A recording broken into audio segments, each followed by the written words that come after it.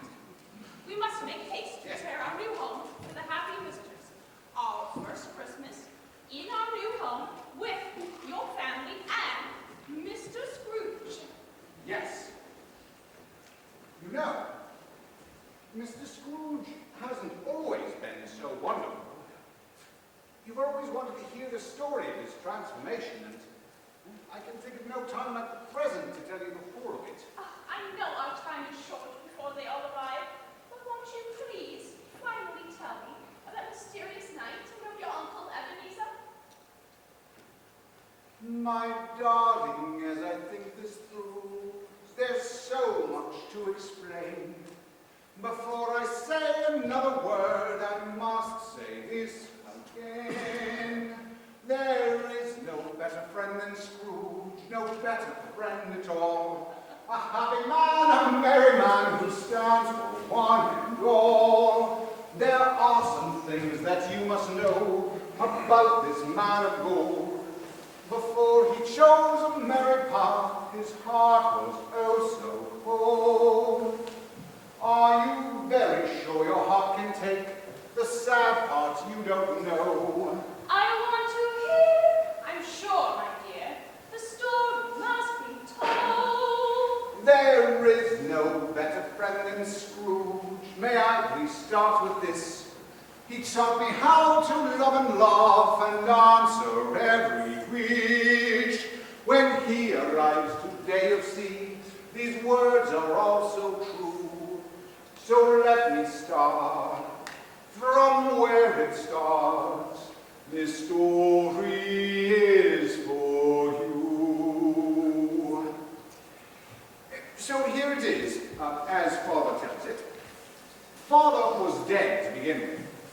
There's no doubt whatever about that. Oh, wait a minute. No. Marley. Sorry. Marley was dead to begin with. Father, very much alive, yes. Dead to begin with. No doubt whatever about that. Who was Molly?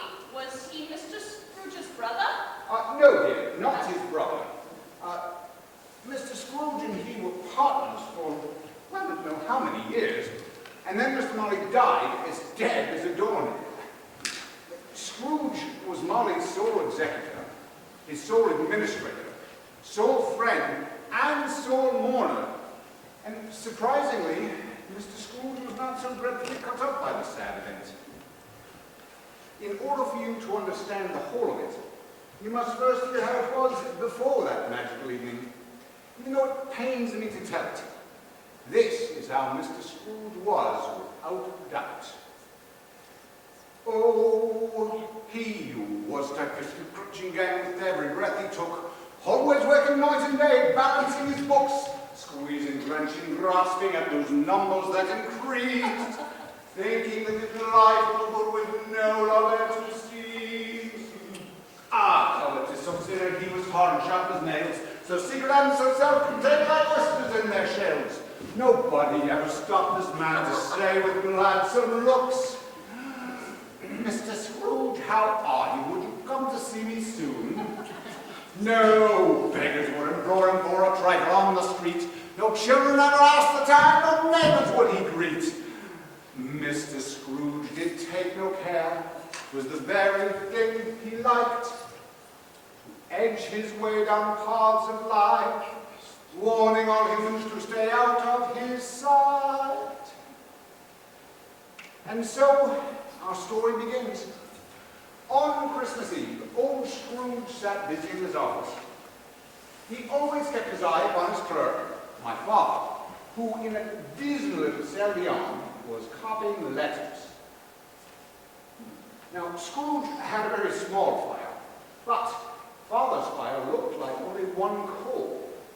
Wherefore, Father put on his white comforter and tried to warm himself at the candle, in which effort, of course, he failed. That same evening, Scrooge's nephew came for a visit, as he did every Christmas Eve. His one desire was to have Mr. Scrooge meet his lovely wife and enjoy Christmas dinner with him. And every year Scrooge answered the same, bar humbug. So, Mr. Scrooge was your father's employer then as now. Master Fred, his nephew, wanted to have him come for Christmas, but Mr. Scrooge would have no part of it, and he would not even meet Master Fred's wife. Precisely. There are times when actors must portray multiple roles. And so it goes, as Mr. Scrooge's story unfolds. Whenever Master Fred appears in my story, I shall jump in to portray his character, which I love, by the way.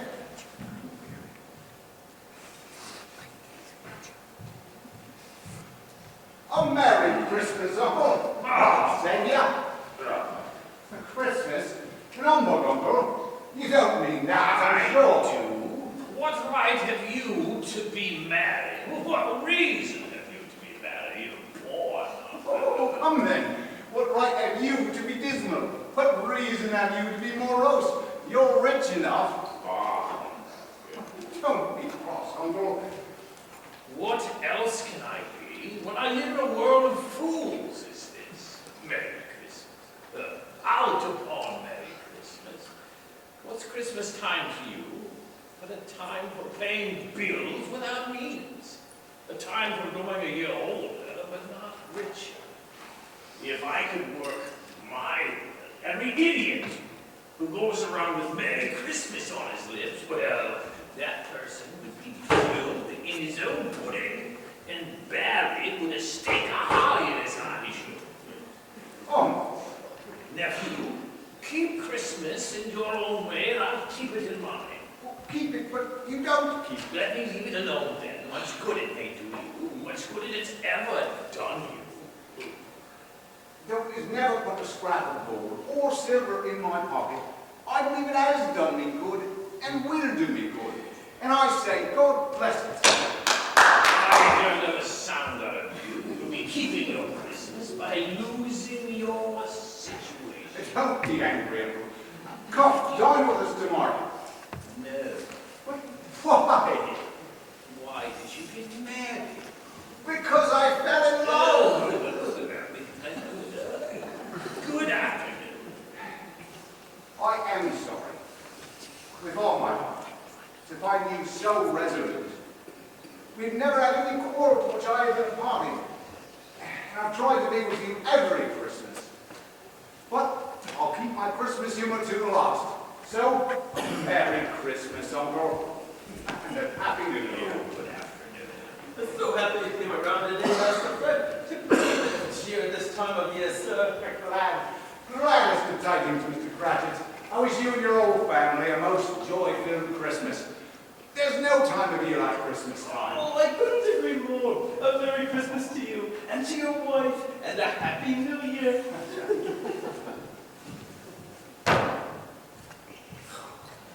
There's another fellow, my clerk, who 15 shillings a week, a wife and a family, talking about Merry Christmas. Oh. First, his nephew brings him irritation. Then, to add to it, some solicitors come to ask for funds to support the poor at Christmas time. Oh dear, adding insult to injury did not prove well for the solicitors. Oh dear.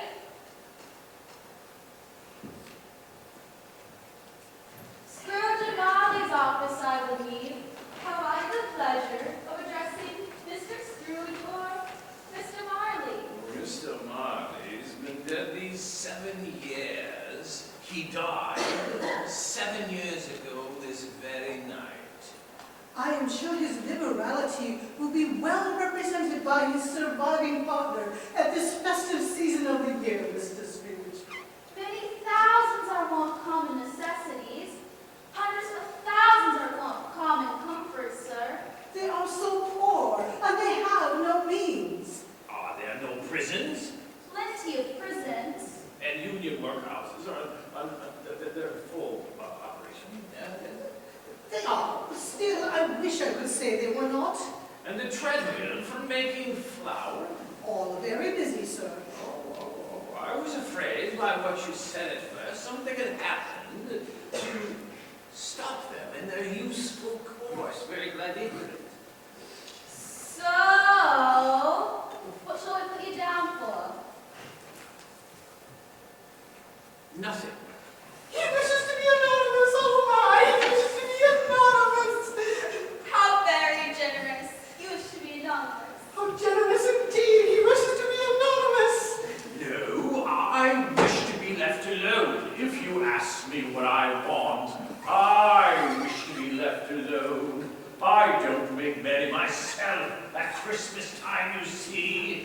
certainly can't afford to make idle people pay. Oh, the establishments I mentioned take the charity for the poor. They take enough to feed them, so stop knocking at my door. Many can't go to those awful places. And many would rather die.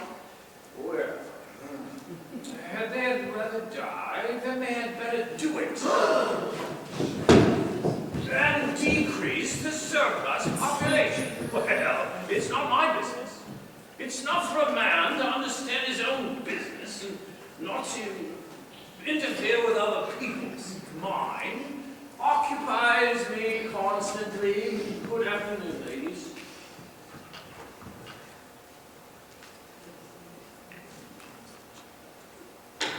You, I suppose, you want all day tomorrow.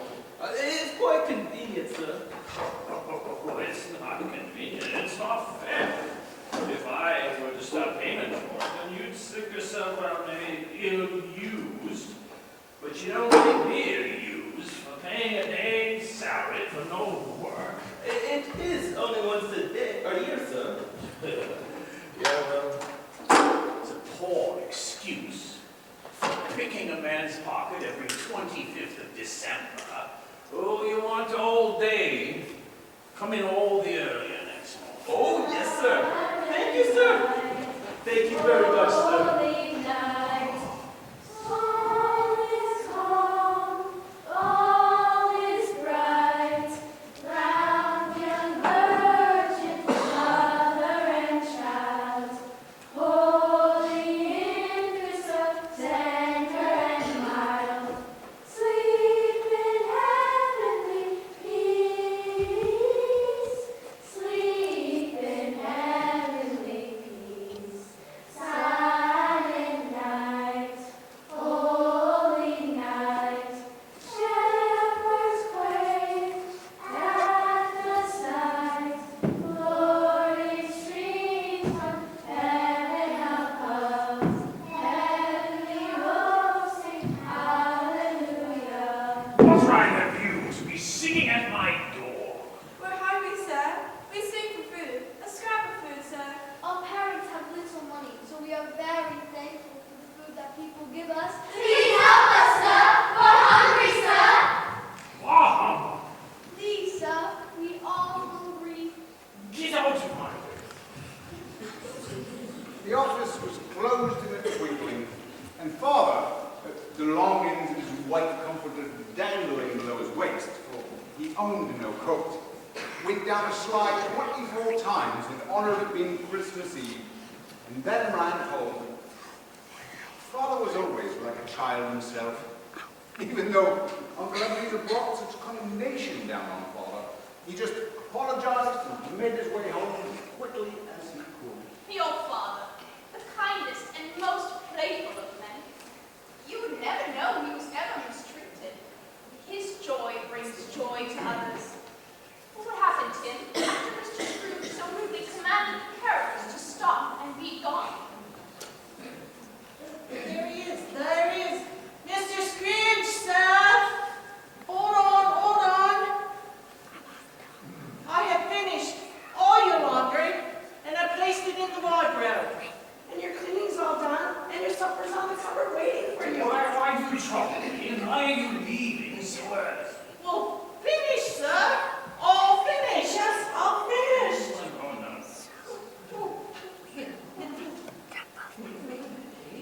Well, Mr. Scrooge went home that night, alone upon the street. When he arrived there at his door, a strange sight did he meet. He had thought of Molly, his old partner, for some years, but as he put his key inside, a strange sight brought him fear. The knocker on the door, you see, changed to another form. It wasn't just a knocker. It was Marley's face to walk. Ebenezer! Ebenezer! To say that he was not startled, not conscious of a terrible sensation, would be untrue.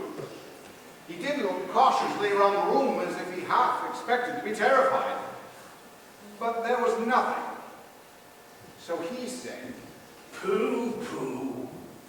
Everything is as it should be. Nobody's under the table. Nobody's under the bed. And well, nobody is in my night room.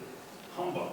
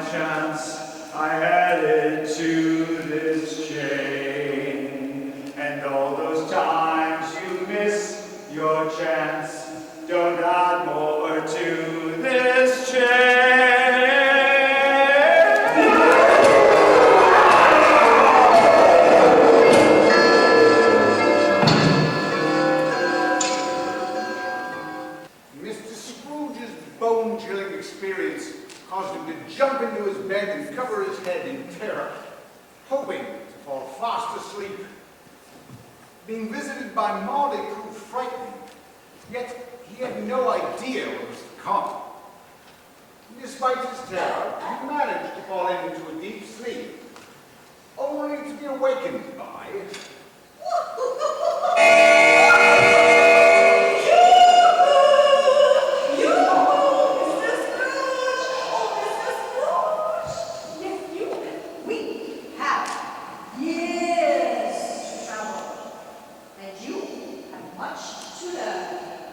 You are the spirit who is foretold by Jacob. Who are you and what is this? Well, that's your traveler, and I am your Christmas past. Travel? I have no plans to travel. Ebenezer Scrooge. Yes, you will be traveling, and I shall bring you to special memories of your past. I am from the very long past, but not so long ago, and I have come to lead the way to past things that you know. Come along, dear sir, I'll keep you safe and sound to the things your memories lost, which are now to be found. He and the ghost of Christmas past walked along the road, Scrooge recognizing everything he saw. He found himself passing by familiar places. He was conscious of 1,000 odors floating in the air, each one connected with 1,000 thoughts and hopes and joys, until they came upon the tiny schoolhouse. I know you recognize this place, each post and bridge and tree. You see those children laughing there, their spirits filled with glee. These are the shadows of your past, awakening your heart. They're unconscious of us here. So let's this lesson start. Oh, your lip is trembling. And what is that upon your cheek? Just leave me right here. Can we play a game? Yeah, let's play marbles. Why don't we play Duck, Duck, Goose? No, I want leapfrog. I say we play blind man's bluff. Yes! Let's get in a circle. Pick me! I want to be first. You was last time. May I go first, please? You see?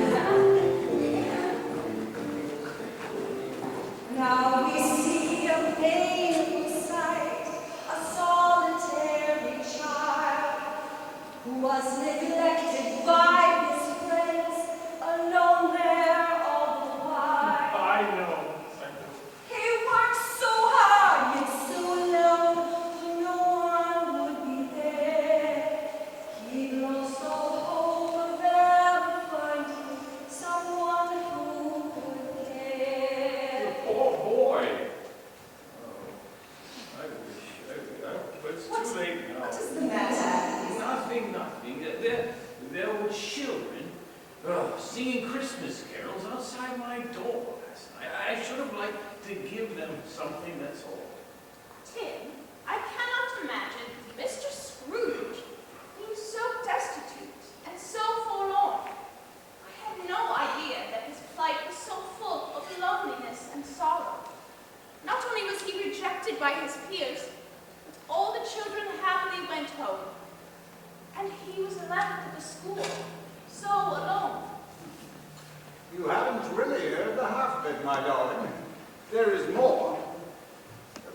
Shall I continue? You must. Mr. Scrooge had a sister. He loved her so, as she was the only person in the world who really knew Mr. Scrooge and who loved him so unconditionally. Dear brother, I've come to bring you home, dear brother. To bring you home. Home, little one? Yes. Dear brother, I've come to bring you home today. Dear brother, you're coming home, it's time to stay. So pack your bag and come with me. Pack your bag and you shall see. Father's so much kind and now he's mellowing with age. He said that I could bring you home, so let us go with haste. I missed you more and more, my dear, so come home now without a fear. I'm filled with shock and joy, you see, you've come to bring me home. I'll pack my bags and leave with thee to never be alone. I missed you more and more, my dear, so come home now without a fear. You've grown up, Elizabeth. It warms me so to have you here. Oh, what a delight it will be to have you home for Christmas. I can't imagine it. Home with you and Father. Home for Christmas. Off we go, my darling. Off we go. Dear brother, I've come to bring you home today. Dear brother, I've come home, it's time to stay. It's always such a delicate creature, full of breath, light and withered. But she had a large heart. Oh, she did. She died a woman and had exciting children. One child. True, your nephew Fred. The nephew who is true to you every Christmas. The one who invites you into his home to bring joy into your life. It's your lovely sister Fred's only child. Yes. Mr. Scrooge wasn't welcomed home because his mother died giving birth to him.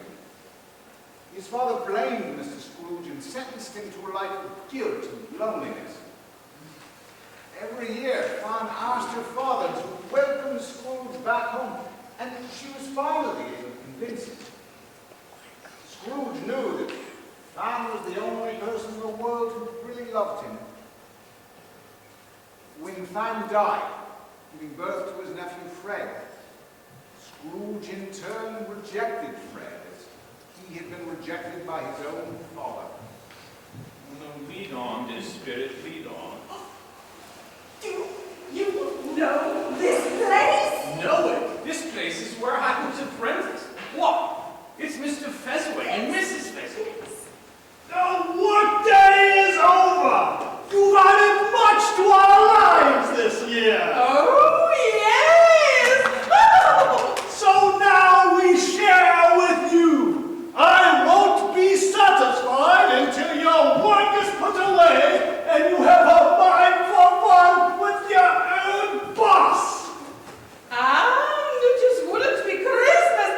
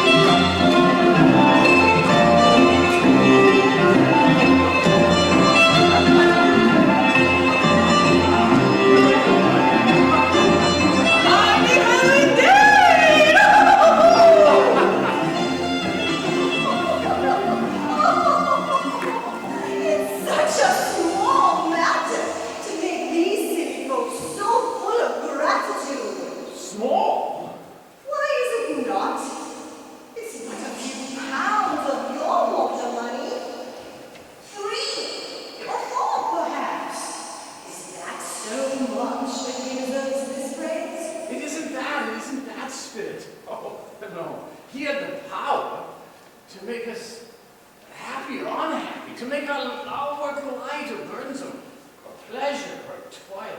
Oh, the happiness he gives is so great as if it costs a fortune. What is the matter? Nothing particular. Something, I think. No, I just wish I could have said a word or two to my clerk just now. The Spirit's lessons were beginning to dawn on Mr. Scrooge. Of course, the one I loved here on Ebenezer Terrace, when he had admitted to his cruel treatment of Father, and how it would never be that way ever again. And it never was, Emily. It never was. Well, you must continue, Tim, as our guests will all be arriving with an unfinished story. That will never do. Next, they found themselves watching Belle, a young woman, as she prepared to leave Scrooge as a young man, prime of life. As Scrooge looked on, he remembered the eager, selfish, restless life he had chosen over her. As Belle sang, he could see those beautiful eyes full of tears that glistened in the light. It matters little to Ebenezer that I'm preparing to break our engagement. Another idol has displaced me. If it can cheer and comfort in the time to come, as I would have tried to do, I have no just cause to grieve. When we were young, I knew our love would last and fill our lives with all that's good. There seemed a bond that was protected from our past, a bond we understood. An idol has displaced me, as he knows. His mind and heart have turned away. Now when he looks at me, that kindness and that glow have dimmed into a look that I'm afraid will stay. I do believe he wanted me to be his wife. I was the one he'd have and hold. He asks what idol has displaced me in his life. It's that his heart's embraced by gold. He says there's nothing that's so hard as being poor, that he'll not live in poverty, it's not for him. He must seek wealth and chase whatever's through that door. He's chosen gold and wealth, it's true. I know he's never sought release from me, but now our time is coming to a close. We must take pulse and go our separate ways. The path of gain is what he chose. The memory of what is past half makes me hope he will have pain in this, for a very, very brief time, and he will dismiss the recollection of it. I hope he is happy in the life he has chosen. I hope that somewhere in his heart he finds a memory just of me. Although there's pain in me to realize, my darling, I must set you free. I wish that somewhere in your heart you'd find a memory just of me. There is much pain in me to realize, my darling, you were right to set me free. Oh, Spirit, show me no more. Conduct me home. One shadow more. No more. I don't wish to see it. Show me no more. Suddenly, the ghost of Christmas past and Mr. Scrooge were in another place. A room, not very large or handsome, full of comfort. Sitting there was such a familiar creature, so similar to the one they had just seen. Spirit, take me away, please. I do not wish to see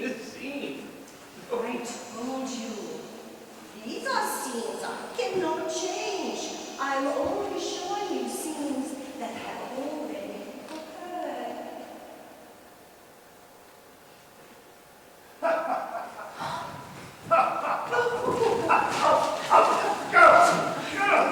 Girls, you know you cannot open these packages until Christmas morning. Oh, Oliver, I can't believe you brought all these presents. You spoil them. You spoil each and every one of them. Oh, goody, my dear. Goody. That's exactly what I intend to do. Spoil them all. And spoil you as well. Oh, my. I do love it when you spoil them, and I especially love it when you spoil me. All right, now. Now, before we do anything else, let's sing our favorite song, girls. You can join in when I tell you. I wander as I wander out under the sky. How Jesus the Savior had come for to die for poor ordinary people like you and like I wander as I wander out under the sky. When Mary birthed Jesus out in the palace stall, came wise men and farmers and shepherds and all. Then high from the heavens a star's light did fall, a promise of the ages it then did recall. All right, girls, join in. If Jesus had wanted for any reason, a star in the sky or a bird on the wing, or all of God's angels in heaven for to sing, he surely could have had it, for he was the king. All right, girls, wonderful singing. All right, now off to bed. Scoot, girls, scoot. Come on. Good night, girls. Well, I saw an old friend of yours this afternoon. Oliver, who was it? Guess. Think of your past. But I can't. Oh, Oliver, I don't know. Think of my past. Could it be? No. No. I think I know who it was. Was it Mr. Scrooge? Mr. Scrooge it was. Oh, I was passing by his office window, and it was not shut up. There was a candle inside, and I could scarcely help seeing him. His partner, Mr. Marley, lies upon the point of death, I hear. oh dear. He was sitting there all alone. Quite alone in the world, I do believe. I wish that somewhere in your heart you'd find a memory just of me. There is much pain in me to realize, my darling, you were right to set me free. Oh, Spirit, remove me from this place. Oh, take me back. I told you. These are shadows of the past. Remove me. They Leave are what they are. Please, take me Not back. leave me. Haunt me no longer.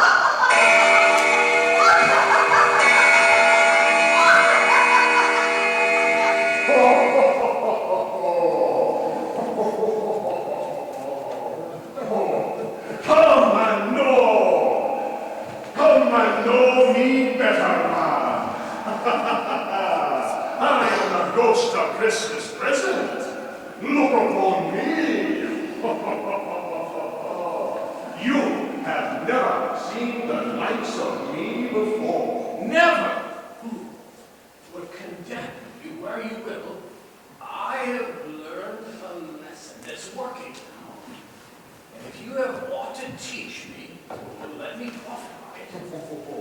prophet.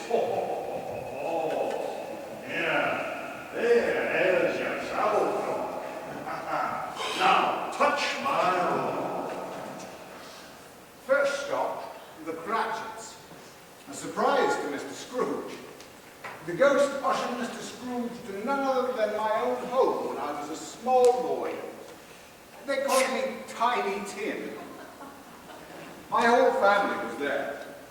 Lots of play, lots of laughing, and a grand amount of cooking. Here we are! Lots of playing! Oh, and lots of laughing!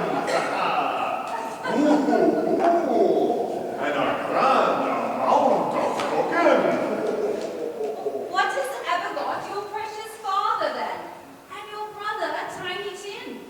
And Martha wasn't as late last Christmas Day by half an hour. Here I am, Mother. Oh, there you are, Martha. Here's Martha, Mother. Hurrah! Mother's cooked such a goodness, Martha. We can't wait to taste it. I bless your heart alive, my dear. How late you are. We had much work to finish up last night and had to clear away this morning, Mother. Well, never mind, so long as you are come home. Oh, sit ye down, my dear. Lord bless ye. No, there's Father coming. Hi, Mother, hi.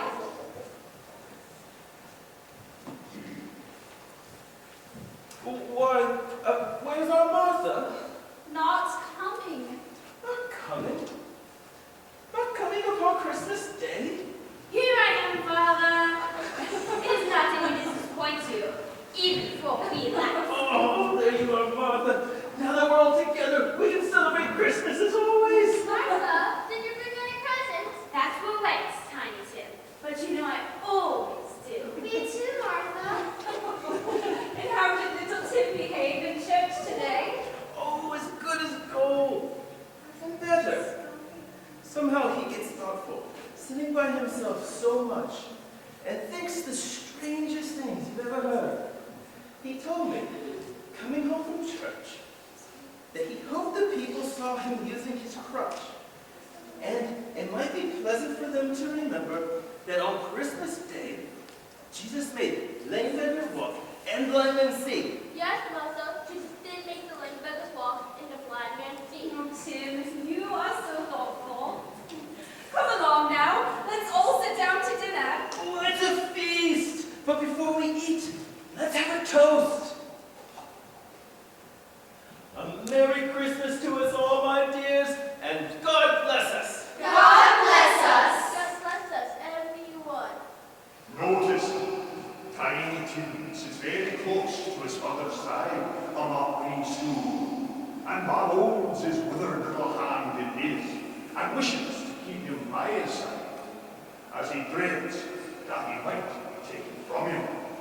Spirit, tell me that Tiny Tim will live. I see a vacant seat in the poor chimney corner, and a crutch without an owner, carefully preserved. If these shadows remain unaltered by the future, the child will die. No, tell me, Spirit, that he will be spared. These are only shadows. But if these shadows remain unaltered by the future, none other of my race will find him here. What then? If he be like to die, then he should do it, and decrease the surplus population. Mr. Scrooge! I give you Mr. Scrooge, the founder of the feast. Mother was always upset about Uncle Ebenezer. She boiled most at Christmas time when he was so cross about Father taking one day off. Mr. Scrooge counted Father's minutes with such scrutiny that Mother could seldom bear it.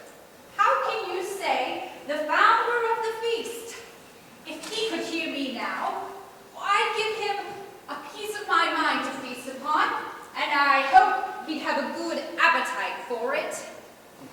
The founder of the feast, indeed. I wish I had him here to hear give to him a piece of my mind, and it would not be to bring him cheer. The founder of the feast, indeed, he could care no less to keep you in such meager means. Oh, Bob, I must contest.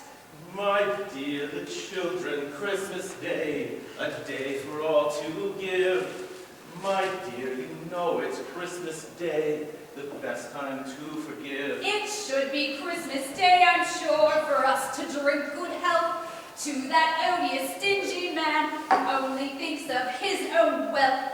My dear, my love, it's Christmas Day, a day for us to bow and worship to our King, for he has taught us how. For your sake I will honor him. To Mr. Scrooge we raise our glass of blessing from within. For this feast we give him praise. For this feast we give him praise. We toasted Mr. Scrooge, but not with joy. The mention of his name cast a dark shadow over our family. Once we were finished with Father's yearly toast to Mr. Scrooge, our merry time became all the merrier. Poor Mr. Scrooge. Seeing what people thought of him must have been unbearable. He was so rejected. I hope there's happiness in this soon. Not to worry, darling. Happiness will come soon enough. Now listen. Walk with me to another familiar place that you have avoided for so many years.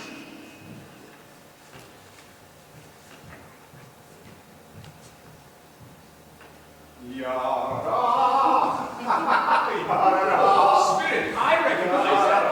Yara! It's Fred, my nephew Fred. Yara! And then, Uncle Ebenezer said, if Christmas was numbered, as I live, he believed it too. More shame for him, Fred. He's a comical old fellow, and not so pleasant as he might be. But his offences carry their own punishment, and I have nothing to say against him. You've told me he's so very rich. You think his wealth will keep him a bit cheerful? What of that, my dear? His wealth is of no use to him. He don't do any good with it. He don't make himself comfortable with it. He certainly hasn't the satisfaction of thinking he's ever going to benefit us with it. Well, I have no patience with him. Oh, I have. I couldn't be angry with him if I tried. Who suffers by his ill whims? Himself, always. Here he takes it into his head to dislike us. He won't come and dine with us. What's the consequence? Indeed. I think this is a very good dinner. Do go on, Fred. Well, I was only going to say, the consequence of his taking a dislike to us and not making merry with us is, as I think, he loses some pleasant moments which could do him no harm. I defy him.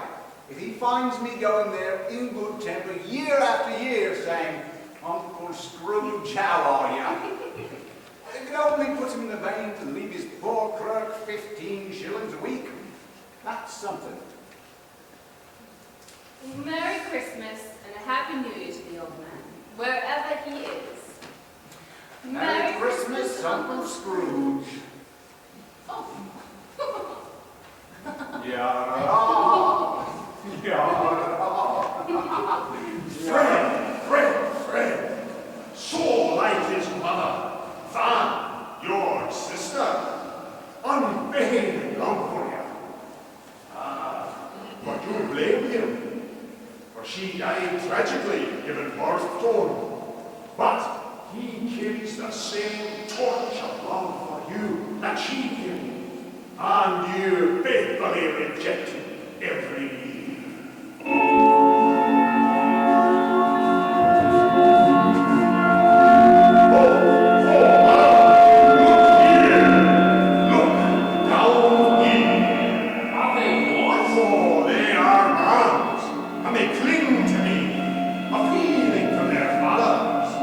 This child is ignorant.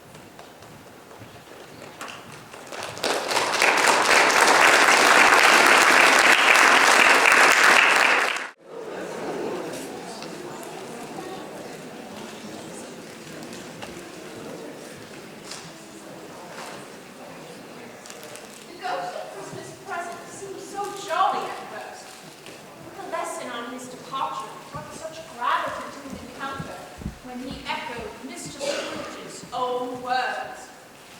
Are there no prisons? Are there no workhouses? Ah, yes.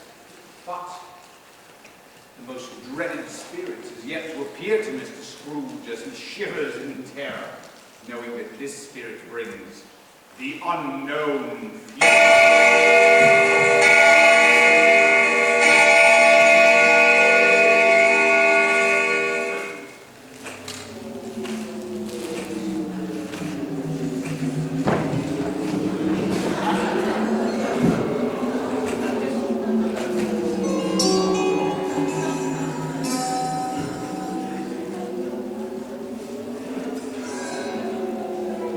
I'm in the presence of the ghost of Christmas yet to come. You are about to show me the shadows of things that would happen, but have not happened in the time before us. Is that so? Oh, ghost of the future, I fear you more than any specter I've seen. Oh, but as I know that your purpose is to do me good, I'm prepared to bear your company with a thankful heart. Will you not speak to me? Lead on, lead on. The night is waning past, and it's precious time to meet. Lead on, Spirit. No, I don't know much about Steve Away. I only know he's dead. Well, when did he die? Last night, I believe. Why? What was the matter with him? God knows. I wonder what he's done with his money. I haven't heard. He hasn't left it to me. That's all I know. It's likely to be a very cheap funeral. I don't know of anybody to go to it. Suppose we make up a party and volunteer? I don't mind going if a lunch is provided. I must be better if I go. Well, I am most disinterested. I'll offer to go if anyone else will, but I must be fed. Ta-ta! You couldn't have met me in a better place. Come into the parlor. Oh, I'm sure there's no such old bones here as mine. Come into the parlor. Show me what you got. Or should I say, show me what you stole. I'm much obliged to bring all that I can get. Everyone has a right to take care of themselves. He always did. That's true indeed. No man, no son. Why don't stand there? Stand as if you was a afraid woman. Who's the wiser? Very well then. So, let me see what you got here. A cup, a saucer, and what's this? A pan for cooking? It's still dirty, that'll cost you. He'd have kept them if he could. The wicked old screw. But he couldn't, so here they are for me to make a bid off him, since I didn't make much when he was alive.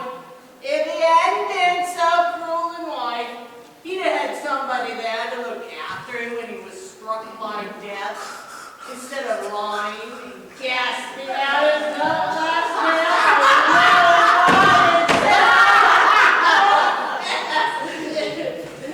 It's the truest word that ever was, that no man. No, it was a judgment on him. Okay, Josephine. Open up this bundle and let me know the value of it. Speak out plain. I'm not afraid. We did pretty well. We were helping ourselves before we got here today, I believe. It ain't no sin. Open it up. Tell me what's in it. Hold on. We don't have to be in such a hurry. Let's see. You got sheets.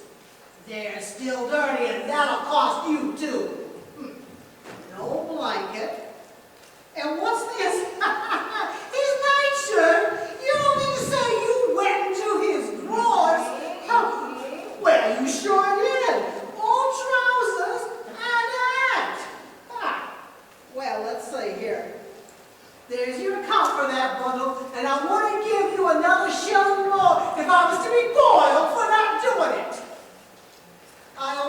too much for the old stuff. It's a weakness of mine, and that's the way I ruin myself. Okay. Josephine, now, open this bundle. What is that covers? You don't mean to say you took him right off his bed with him lying there? Yes, I did. Why not? Oh. Another one of his blankets? Just do you think? Ain't likely to take cold without him, I dare say. I hope he didn't die of anything catchy. I'm not fond of paying for no germs. No, don't be afraid of that. I kept them all clean. I did his laundry, remember? Oh, you can look through that shirt till your eyes ache, but you won't find a hole in it nor a threadbare place. It was the best he had, and a fine one, too. Later wasted it if it hadn't been for me. What do you call wasting it? Somebody was fool enough to put it wanted to be married in. Oh, I took it off again. Took it off him. He was ugly enough in life, so I changed that. Silk is too good for the purpose to be buried in. Well, that's the end of it, you see. Take mine. Huh. He brought everyone away from him when he was blind. To broaden us when he was dead!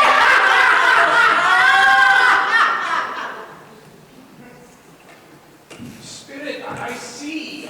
The case of our healthy man might be my own. Those people are familiar. My life tends that way. No. They took the shirt off a dead man's back. Oh, what a cold and lonely ending for him. And leaving the scene, I shall not leave this lesson. Trust me. Let's go. My eyes become weak by candlelight. And I wouldn't show weak eyes to your father when he comes home for the world. It must be near his time. Past it, rather. But I think he has walked a little slower. Is that you, Miss Mother? I have known him walk with Tiny Tim upon his shoulder, very fast indeed. And so have I, often. And so have I. And so have we all. But he was very light to carry. And his father loved him so that there was no trouble. No trouble. Oh, and there's your father at the door.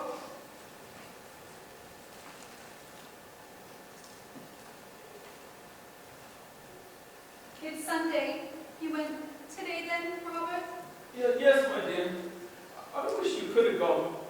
It would have done you good to see how green a place it is. But you'll see it often. Promised him I would go there on a Sunday. Little child.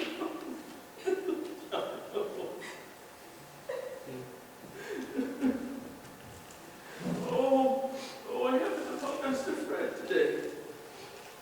And he showed such extraordinary kindness to me, seeing I looked just a little down, you know.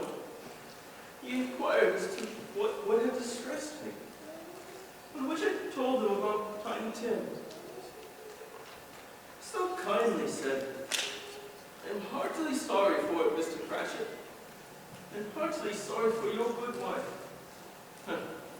By the by, how he ever knew that, I don't know. Knew what, my dear? That you are a good wife. Everybody knows that. Oh, well observed, my daughter. Master Fred, he went on to say, if I could be of service to you in any way, by giving me his card. He said, that is where I live. Pray, come to me. It wasn't for the sake of anything he might be able to do for us. So much as his kind way that made this quite delightful. It was as though he had known our Tiny Tim and felt with us. I'm sure he's a good soul. you'd be more sure that my dear Toussaint spoke to him. I shouldn't be at all surprised. Mark what I say. He got Martha a better work situation. Only hear that, Martha. And then Martha will be so far from home with a better situation. That would be wonderful. There'll be plenty of time for that, my dear. But, however, and wherever we part from one another, I am sure we shall none of us forget poor Tiny Tim, shall we? For this first parting that was among us. Never, Martha. And I know, my dears, but we recollect how patient and how mild he was, and how he was a little child. We shall not quarrel easily among ourselves, and forget poor Tiny Tim and you again. No, never, Martha.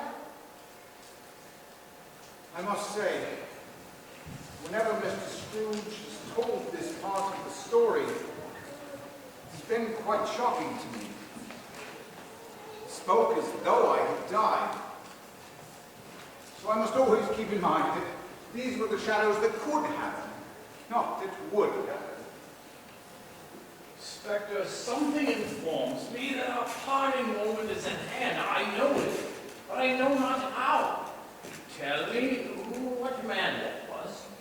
It was funeral the businesswoman was speaking of, and whose clothing were being sold. As the ghost of Christmas future continued his directing, there seemed no order except that it was in the future. He saw the businesswomen, but he didn't observe himself in their midst. He saw the laundress selling bedclothes. Whose were they? Mr. Scrooge was puzzled by this silent guide. The court through which we hurry now is where my place of occupation is, and has been for a length of time. Look, there's the house. Let me behold what I shall be in days to come. The house is yonder. Are you going to wait? No. Before I go closer to the stone to which you pointed, answer me one question. Are these the shadows of things that will be, or the shadows of things that may be only? No.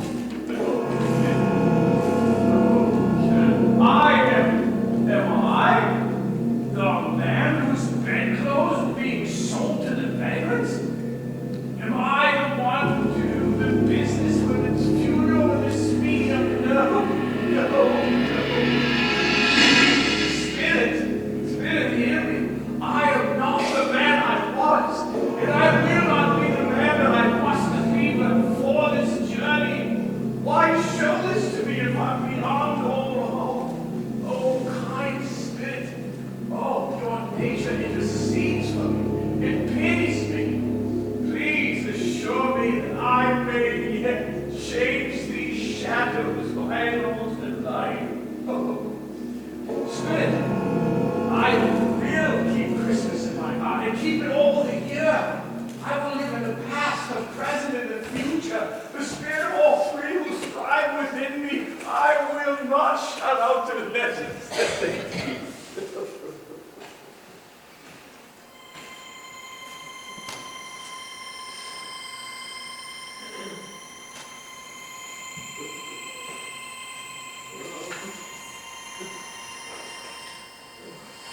I will live in the past, the present, and the future.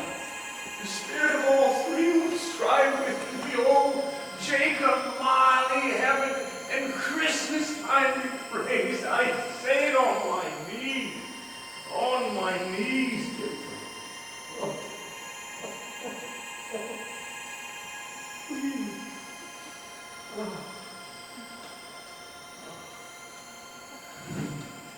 They're not torn down. They're not torn down. Did I hear? I am there. The shadows of things that would have been may be dispelled. They will be. I know they will. Well, I don't know what to do. light as a feather. I'm as happy as an angel. Well, I'm as merry as a schoolboy. I'm as giddy as a drunkard. A Merry Christmas to all, Happy New Year to the whole world. Hello, whoop, hello there. Oh, there is where the ghost of Jacob Marley entered.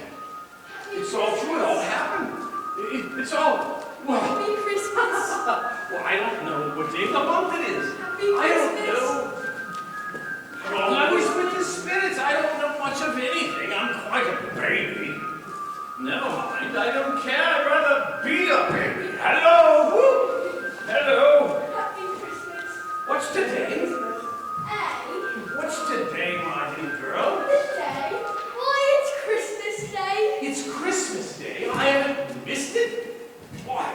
The spirits did all that in one night. Of course they can. Of course they can do whatever they want. Hello. Excuse me. Do you know the poulter in the next street? I should hope I did. Oh, what an intelligent girl. What a remarkable girl. Do you know whether they've sold the prize turkey that was hanging there? Not the little one, the big one. What? The one as big as me? What a delightful girl. Is that? It's hanging there now. Well, go and buy it. What? Yeah. Oh, no, hey, I'm in earnest. Go and buy it and bring it here. You bring me that turkey and I'll give you a shilling. Or you bring it back in less than 5 minutes and I'll give you half a crown. I promise you'll bring it back in less I than shall 5 send it minutes. to Bob. Yippee! This is going to be a wonderful Christmas. Merry Christmas. Here's the turkey, sir. I brought it here in less than 5 minutes. Well, Even though Culture wasn't too sure about letting it go. But my afternoon, take it to Bob Cratchit's. Do you know where he lives? I should say. Oh, an intelligent girl. Yippee!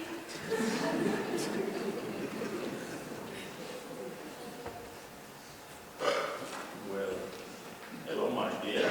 Good afternoon. I hope that you were successful in the pursuit of helping the poor. Mr. Scrooge? Oh, yes, that is my name, and I fear it's not a pleasant one to you. If you would give me my pardon, and if you would have the goodness here.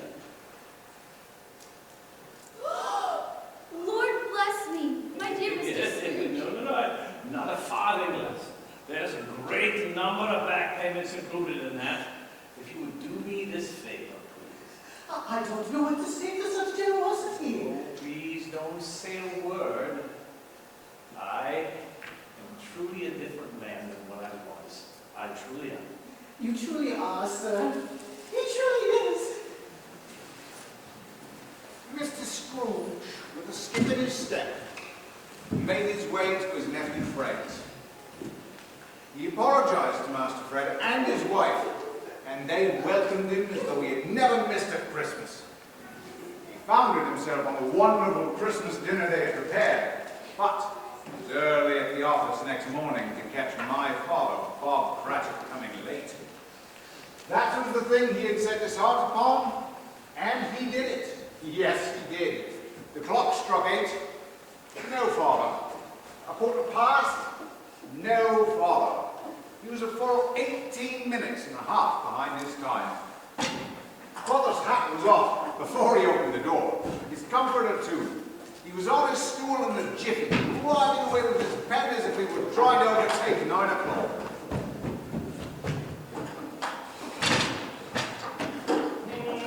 Why, what are you doing here, coming in this time of day? I'm very sorry, sir. I am behind on my time.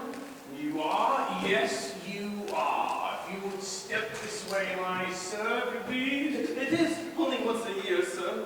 It shall not be repeated. I was, I think, rather merry yesterday. No. Let me tell you, my friend, I'm not going to put up with this sort of thing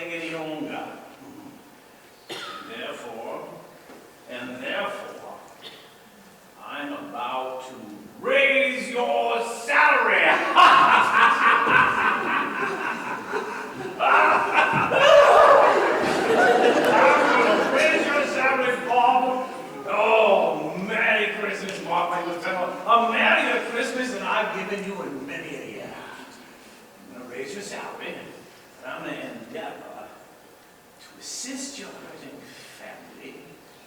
Might even give that Martha a job. But we will discuss your affairs this very afternoon over a warm Christmas drink. Bob, light the fires and go buy some coal before you dot another I.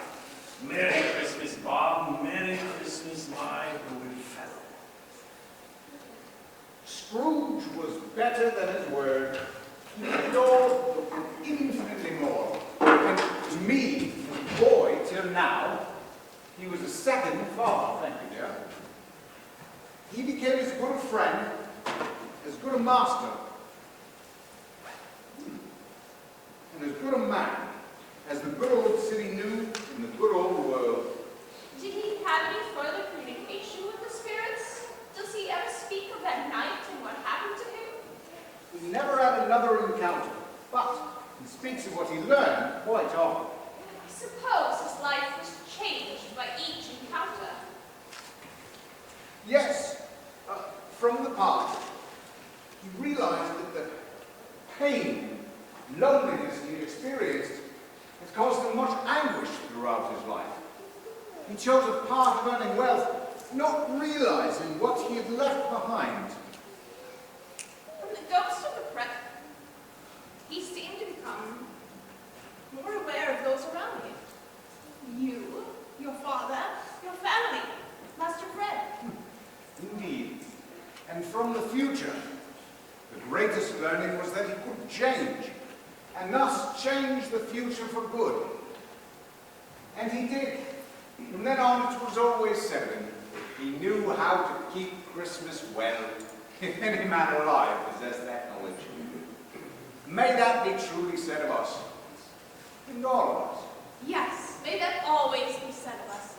It's so wonderful to have our first Christmas, in our first home, in the first year of our marriage. All is ready. Oh, and here they are.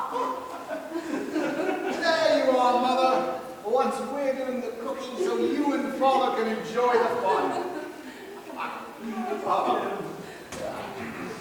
Oh, Bob, being here with Tim and Emily and most of our grown children warms me deeply.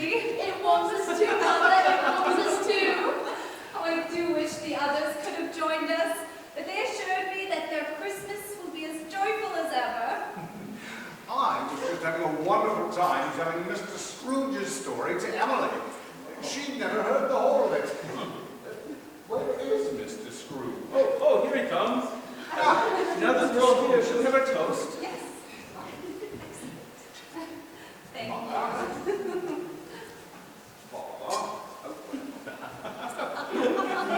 Mr. Scrooge, we are all ready for our yearly toast.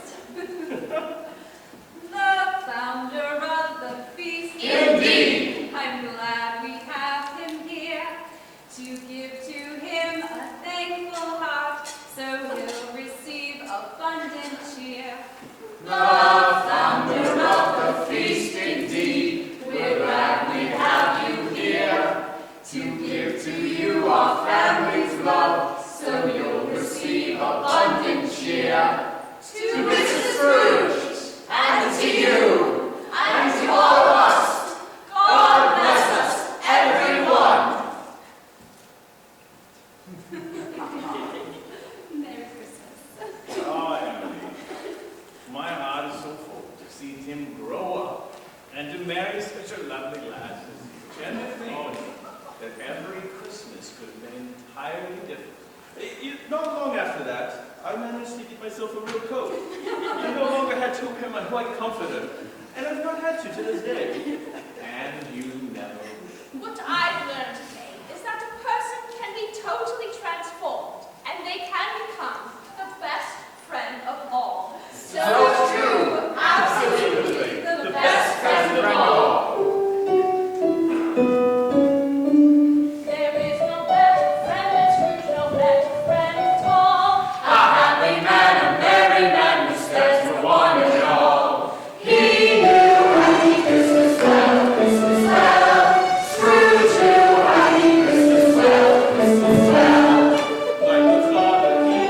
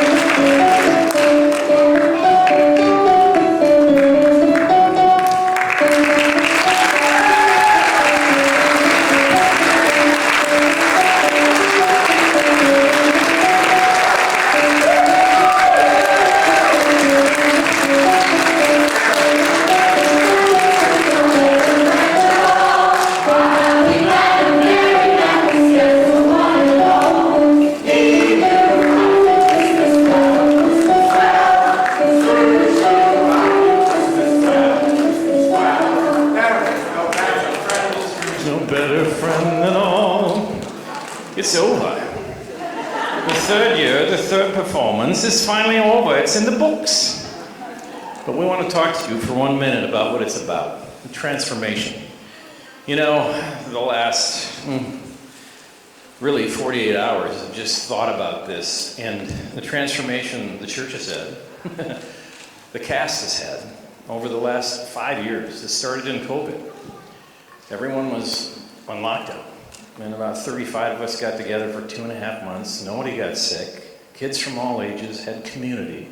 And we learned the value of transformation. You know, about 5 years ago, I was sitting at home alone on Christmas during the holidays, about 11 at night, and I remember saying to God, you know, I love the peace I have in my life, but I want to be useful. And my phone just vibrated, and I looked at it.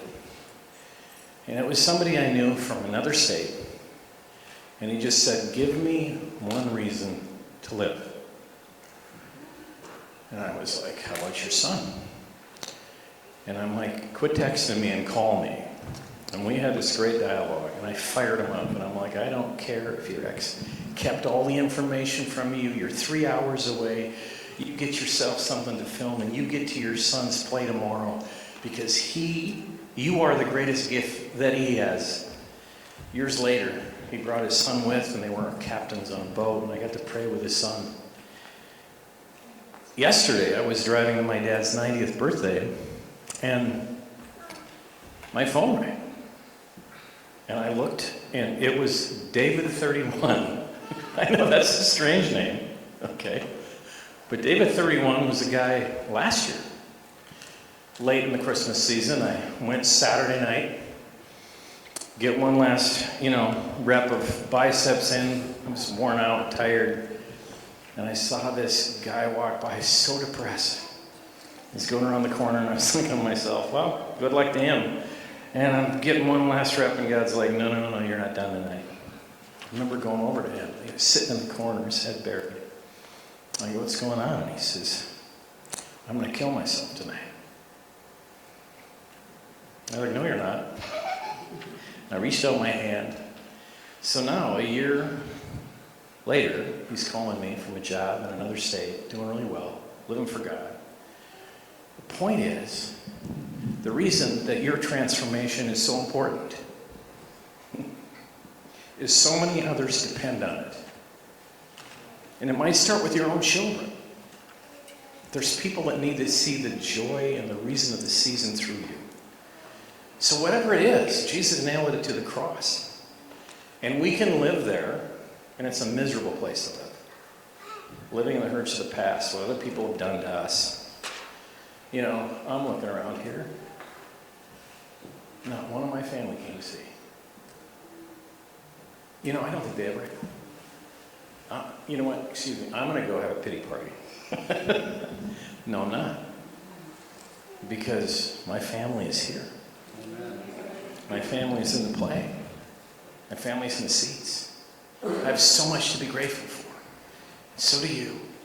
So let the transformation begin in your heart and carry you through the season so that when you come across somebody else who is less fortunate or who is stuck, that you can share the joy of the transformation that comes when you let Jesus into your heart. Stand with me this morning.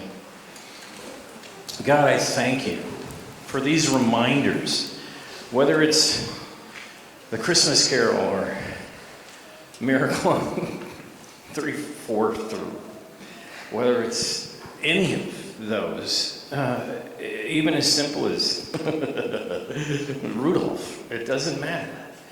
May it just light the spark in us that is the joy and the reason of the season. Love and peace and hope and giving and kindness and goodness. Lord, just rekindle the flame of transformation. The reminder that no matter what hurt we have, what loss we are navigating through in life, the gift that we have is so much greater, and his name is Jesus. And we thank you for him, especially in this season, in Jesus' name. Amen. I'm going to ask Paul, you may be seated quick. I'm going to ask Paulette to come up. She was the one talking to you before and then introduced herself.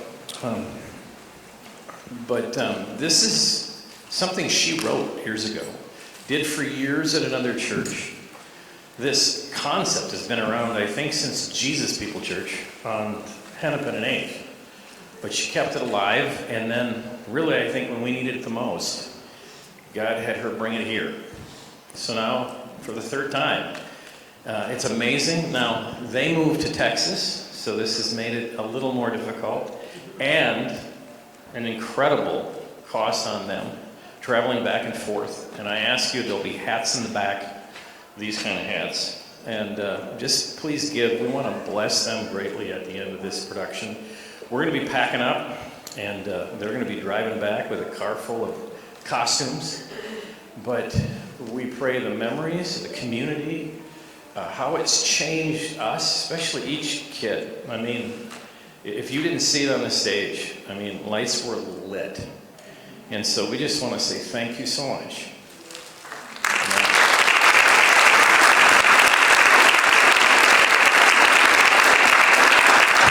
There's a famous movie called What About Bob? If you don't know it, you're probably better off. But, well, I don't know what we do without Bob. So Bob Conley is in the back, and yes, he's a sound man for a living, travels all over, but he's a light man. And he found it out we needed both, so he started studying the light boards. He started getting tutoring. And he started adjusting all of these to a light board and went out and rented some different lights and installed a program so that we could use the projector to put the clock up. And he just poured his heart in, tons of hours in. So we thank Bob, we thank Dee. Dee, where are you? I just want to show you, just to give you an idea, that's a Red Baron pizza box. And this is what Dee and her daughter can do with them. These tails, she came up with that. I mean, almost everything you see, Dee sewed. And the first year, she was living in Cloquet, and she drove down to do this. And she loved being a part of this, the church, so much. She ended up moving here. And so we're so thankful, and just take a moment before you go to say thank you and hi to those who have been involved, and thank you for making this day a great day for all of us. Bless you.